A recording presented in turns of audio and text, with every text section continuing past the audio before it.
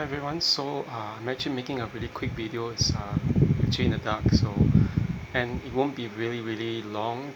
I just wanted to actually talk about another lie that has been taught in church. Basically, the whole thing that I actually really grew up hearing that, and every time I grew up hearing that, it's like I can't tell you about the damage it has done to my life.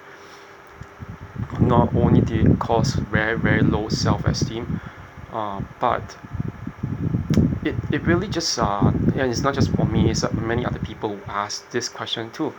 So this question, okay, let me just bring up this lie that was being taught to me in church was this idea that God is sovereign over everything. Okay, when they say God sovereign, it's a very absolutist understanding of sovereignty. So basically, let's just say that if someone gets sick, someone dies, someone really just gets into really big trouble, they'll say, "Oh, God's in charge." Okay, the idea of sovereign means that God caused it all, and this is the biggest lie that actually nearly caused me to lose all my belief. It's like, I had a friend many years ago whom I don't talk to anymore.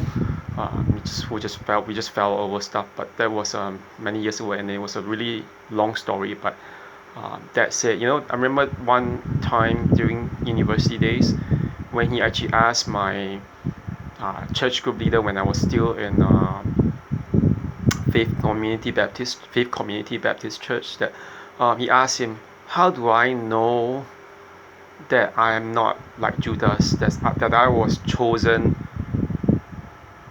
to be damned? Okay, this is a really strange thing, and I know that this goes back again to the whole thing about the whole conundrum of works versus grace versus works, and whether we are ever predestined to either one, either the grace or the damnation. And the thing is that I think that my leader, my group leader, had told him something that was quite balanced, and that didn't have to do with predestination, because he was trying to get him out of the whole idea that everything is predetermined.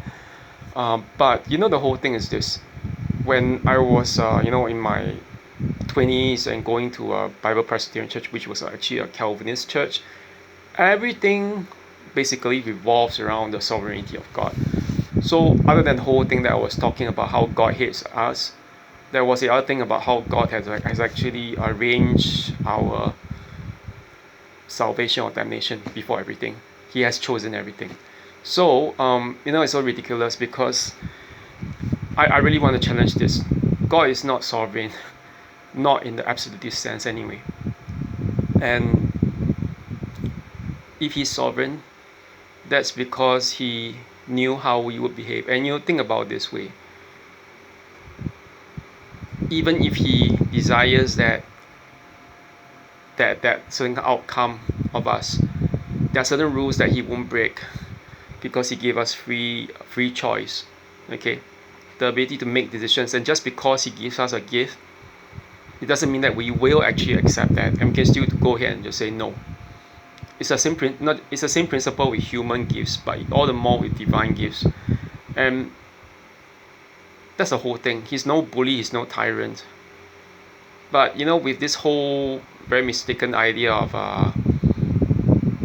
sovereignty, which is absolutist, do you realize that the idea of God is basically like a monarch? And not even just a monarch, it's like he is a tyrant, because he sent his son. Okay, God the Father sent his son Jesus Christ to die only for some people, not for the whole world. And he couldn't care less about the rest of everyone else. So, and he not just that, he's a selfish monster who only wants to save a few people arbitrarily. It doesn't make sense. Okay, so this is one of the biggest lies, and it's actually very damaging.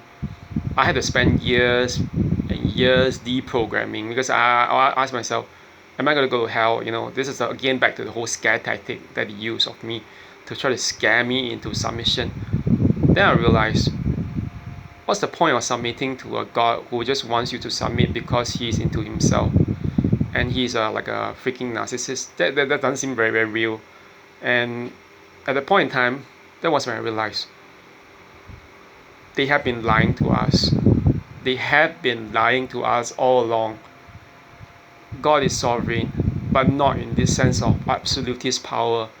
He's sovereign because he knew how every one of us would behave, possibly the different possibilities, and he respects that free will that he gives to all of us, letting us choose how and when to go back, okay, to him. So no one is perfect, but no one should be, gaslighting another person or whether he or she is um, basically elect. Okay. So anyway, that's it for now. I'm actually off, and I hope everyone has a good night. And yeah, because it's actually pretty late, have a good one, everyone. Bye bye.